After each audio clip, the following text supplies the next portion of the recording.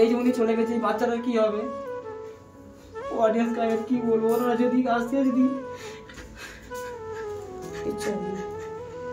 মা আছে আল্লাহ কেন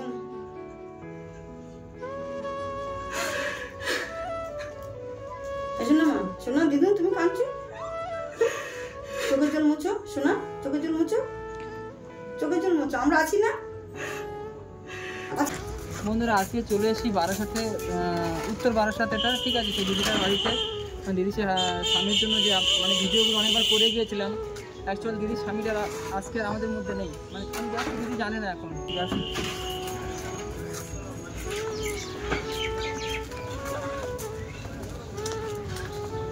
যেই মানুষটার জন্য আমরা এত কিছু করলাম, সেই মানুষটা আজকে আমাদের মাঝে আর নেই।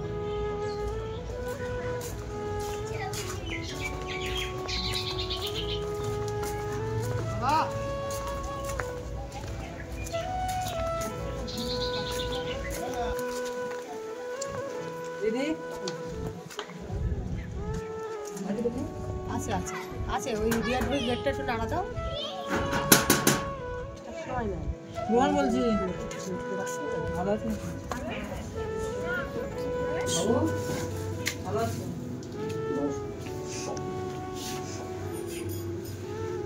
কি বলি আর কি বলি, আমি সেদিনে ফোন করেছিলাম, যেদিনে রাত্রেবেলা ভিডিওটা দেখলাম, সকালটা আমি দেখি নাই, 12টা থেকে এটা হয়েছিল। তো আমি রাত্রেবেলা মানে যখন ফোন করলাম, দিদি তখন ফোন রিসিভ করেনি। তারপরে কালকে আসার কথা ছিল, কালকে আমার শরীরটা খারাপ ছিল, যার কারণে আসতে পারিনি। সোনামার শরীর খারাপ, জানো তো? হ্যাঁ, শরীর খারাপ তো, আর আমি তো ফোন ধরিনি, শ্মশানে ছিলাম, ফোন ধরতে পারিনি। খাওয়া দাওয়া করিস মা? হ্যাঁ, কি খেয়েছে? ভাত খেয়েছে দিদি? এই বাচ্চারা খুব কষ্ট পাচ্ছে না? কষ্ট পাচ্ছে বলতে ওকে বলছি তুই যা খাবি খাওয়া, বাবার জন্য কান্নাকাটি করছে। ভেঙে পড়লে চলবে না দিদি, যেটা হয়েছে, মানে যে মানুষটার জন্য আমরা এত কিছু করলাম, মানে কি বলবো, যে যেমন পেরেছে ওনার কাছে ভিডিও করে নিয়ে চলে গেছে, যে যেমন পেরেছে সেইভাবে ভিডিও করে নিয়ে চলে গেছে, কিন্তু কাজের কাজ কিছুই হয়নি, কাজের কাজ কিছুই হয়নি।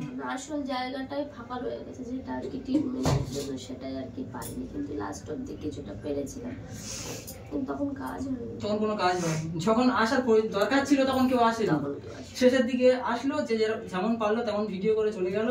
এই মানুষটা মানে চোখের দিকে তাকালে বুক ফেটে যাবে। যখন প্রথমবার আমি এসেছিলাম, প্রথম আমি এসেছিলাম, প্রথমবার যখন আমি এসেছিলাম, আমি বলেছিলাম দাদা কি জান আপনি, উনি মানে কেঁদে কেঁদে বলেছিল বাঁচতে চাই। ওই মানুষটা মানে বাঁচার জন্য কত, যে যেমন বলেছে ঠিক তাদেরকে ঠিক তেমন ভাবে ভিডিও করেছে, যে কন্টেন্ট ক্রিয়েটার যেমন ভাবে কথা বলেছে উনি ঠিক তেমন ভাবে কথা বলেছে বাঁচার জন্য, তাই না?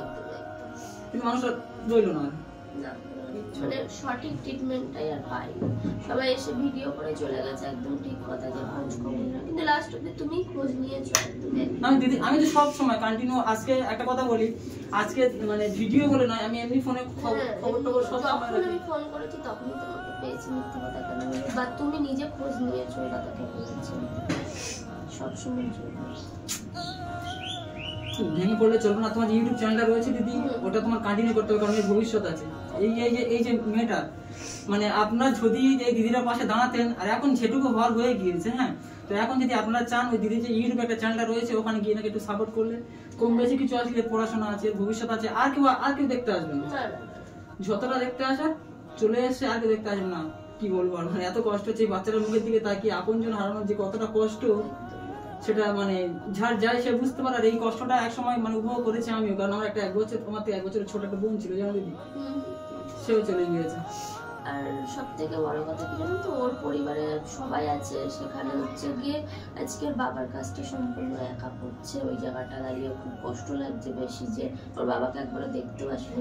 এই যে কতজন ভিডিও করে গেল, কেউ আসছিল দেখতে বা কিছু, কেউ ফোন টোন করেছিল, খবর টবর কেউ আসেনি না? শুধু একজন আছে, ও একদিন একটু খবর নিয়েছিল, নেয় একটু মাঝে মাঝে, আমাকে ফোন করেছিল উনিও, হ্যাঁ ও একটু নেয়, ও খবর টবর নেয়, তার বাদে আর কেউই আসেনি। মানে সবাই জানে যে ও মারা গেছে, তারপরেও যে লাস্ট ভিডিও করে নিয়েছে, আমি নাম বলবো না, সেও একবার আমাকে একটু ফোনও করেনি, আসেনি।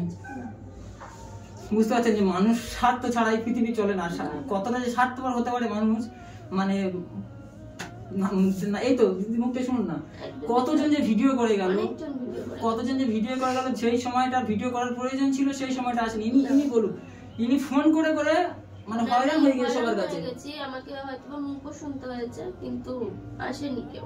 বুঝতে পারছেন মানুষটা মানে শুধু বাঁচার জন্য ইনি কেউ তো এরকম হয়েছে ভাই আমার চ্যানেলে বলে কত টাকা দেবো তোমাকে, আমাকে 2-3 জন আমাকে আমার কমেন্টে এসে কমেন্ট করেছে, কিন্তু তারা তো দেয়নি আমাকে টাকা। তারপরেও আমাকে তারা উল্টো পাল্টা বলেছে, তাও আমি কিছু বলিনি, ঠিক আছে, কিন্তু আজকে তো লড়াই শেষ না, মানুষের সবার বাঁচার অধিকার আছে। 10 মাস 1 বছর হয়ে গেছে, 1 বছর যুদ্ধ করার পরেও মানুষটা হেরে গেল, বাকি ছিল 1 বছরের মধ্যে, হেরে গেল, আর কিছু নাই, আর কিচ্ছু ছিল না। শুনে প্রচুর ভেঙে পড়েছিল। বাবা এখন চলে গেছে, 5টা দিন ওর বাবাকে কিভাবে যত্ন করা, লাস্ট 5টা দিদি তোমার ইউটিউব চ্যানেলটা দাও একটু, আমি বলি কি কোনটা দেখি। বন্ধুরা একটা কথা বলি, এই দিদিরা না মানে এখন সত্যি আর্থিক অবস্থা দিক অনেকটা সাপোর্ট দরকার, কারণ এই বাচ্চাটা আছে, বাচ্চাটার ভবিষ্যৎ রয়েছে। আর তো দিদি কারো কাছে হাত পাইছে না যে সাহায্য করো, যদি ওনাকে একটু সাপোর্ট করেন, ওনার ভিডিও দেখেন বা চ্যানেলটা সাবস্ক্রাইব করেন, তো এই বাচ্চাটার কিছু হলে হবে, তাই না? অনেকবার এসে দিদির কাছে এসে আপনারা যা করেছেন যথেষ্ট করেছেন, কিন্তু আপনারা যদি কিছু করতেন না, এই মানুষটা আজকে এইভাবে চলে যেত না। আগে থেকে সবার প্রথম আমি এসেছিলাম, তখন যদি আপনারা এই দিদিকে একটু সাপোর্ট করতেন, তাহলে মানুষটা হয়তো আজ, এবার উপরওয়ালার ইচ্ছা উপরওয়ালা নিয়েছে, কিন্তু তখন হয়তো মানুষটা থাকতো আজকে আমাদের মাঝে, শুধু বাঁচার জন্য। বললে বিশ্বাস করবে না, বাঁচার জন্য। আমি প্রথমবার এসেছিলাম, প্রথমবার আমি যখন আসি না, মানে বলেছিলাম যে দাদা মানে কি চান আপনি, বলেছিলাম দাদা আপনি কি চান, উনি না মানে শুধু বলছে আমি বাঁচতে চাই, লাস্ট অবধি বলেছি আমি বাঁচতে চাই, লাস্ট পর্যন্ত বলেছে আমি বাঁচতে চাই। মানুষটা আজকেও আমাদের মাঝে রইলো না, যে যেমন পেরেছে তেমন ভিডিও করে চলে গেছে। জানেন প্রতিটা কন্টেন্ট ক্রিয়েটর এসে যে যেমনটা বলেছে উনি ঠিক তেমনটাই বলেছে, জন্য এসেছে, উনি ঠিক তেমনটাই বলেছে, কিন্তু কাজের কাজ কিছুই হলো না। ওরা ইনকামের জন্য এসেছিল, ওরা ইনকামের জন্য এসেছে। এই যে উনি চলে গেছে, এই বাচ্চাটার কি হবে? অডিয়েন্স কাকে কি বলবো, ওরা যদি আসতে যদি কিচ্ছু হবে না, মা আছে তো? আল্লাহ কেঁদো না।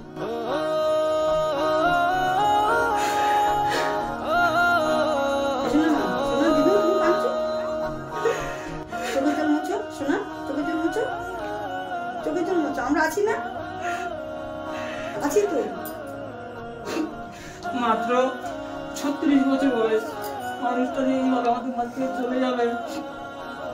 আমরা আছি। এক দিদিকে বলুন, আমি ভিডিও ছাড়া কতটা আমি দিদিকে ফোন দিয়েছি, কত খোঁজ নিয়েছি, মানুষটা আমি আসতে পারছি না। আমি বলতে হবে রোহন আমার পাশে প্রথম থেকেই ছিল, ও ফার্স্ট এসেছে, তারপরেও খোঁজ নেই। আমি প্রতিটা কন্টেন্ট আমি সবাই বড় বড় যারা ইউটিউবার আছে প্রত্যেককে ফোন করছি, দাদা জান না আমি সাপোর্ট দরকার। আমি নিজে লোকের ভিডিওতে গিয়ে কমেন্ট করে করে আমি বলেছি হেল্প করার জন্য, আমি বলেছি, কিন্তু মানুষ যদি নিজের অতীতটা যদি ভুলে যায় কিছু করার নেই না।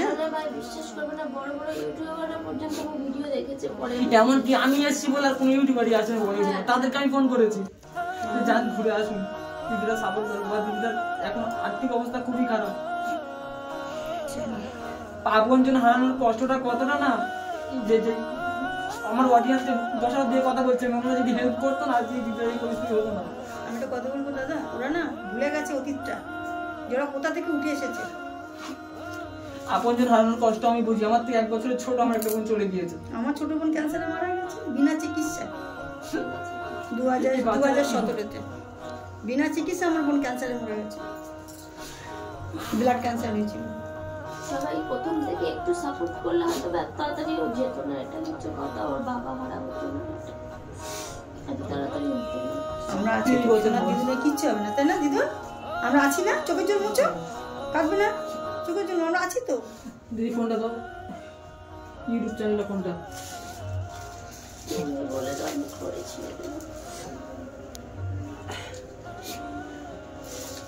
বন্ধুরা আমি রোহান বলছি, ঠিক আছে? তো এই যে দিদিটার বাড়িতে আজকে আমি এসেছি, তো আপনাদের একটাই মানে অনুরোধ করছি, হাত জোর করে অনুরোধ করছি, দিদিটার পাশে একটু থাকবেন। এই যে বাচ্চাটা আছে না, আপনার আর্থিক অবস্থা দিয়ে আর দিদিকে সাপোর্ট করতে হবে না। যদি দিদির ভিডিও সবাই দেখেন বা দিদির পাশে একটু দাঁড়ান, দিদিকে ভিডিওগুলো শেয়ার করেন, দিদির চ্যানেলটা সাবস্ক্রাইব করেন, কন্টিনিউ দিদির মানে ভিডিওটা দেখেন, যদি না দিদির যে আর্নিংটা হবে ওর থেকে বাচ্চারা পড়াশোনা করতে পারবে।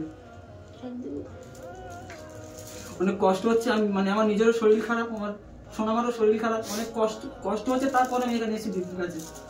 অনেক দূর থেকে আসো তুমি, শুধু ভালো হচ্ছে না, সবাই আছে মা, সবাই আছি, যে ওর পাশে একটু দাঁড়াও। কিছু হবে না, সবাই আছি। আমরা আছি তো। যাই হোক, উনি কষ্ট পাচ্ছিল না সত্যি কথা, ওনার কষ্টের ভাগটা তো কেউ নিতে পারবে না। উনি যেইখানে যাক, সত্যি কথা বলতে একটা ভালো মা বাবা পাক। দিদির ইউটিউব চ্যানেল, হ্যাঁ, রিঙ্কি লাইফস্টাইল। তো আপনারা সবাই গিয়ে চ্যানেলটা সাবস্ক্রাইব করুন। আমার সাথে অডিয়েন্স আছে রিঙ্কি লাইফস্টাইল, অনেকজন জানে এটা। তা সবাইকে সাবস্ক্রাইব করুন, দিদিকে সাপোর্ট করুন। এই চ্যানেলটা যদি সাপোর্ট করেন, এই বাচ্চাটার ভবিষ্যৎ ভালো হবে। এই চ্যানেলটা সাপোর্ট করলে এই বাচ্চাটার ভবিষ্যৎ ভালো হবে। ভিডিওটা বন্ধ করুন।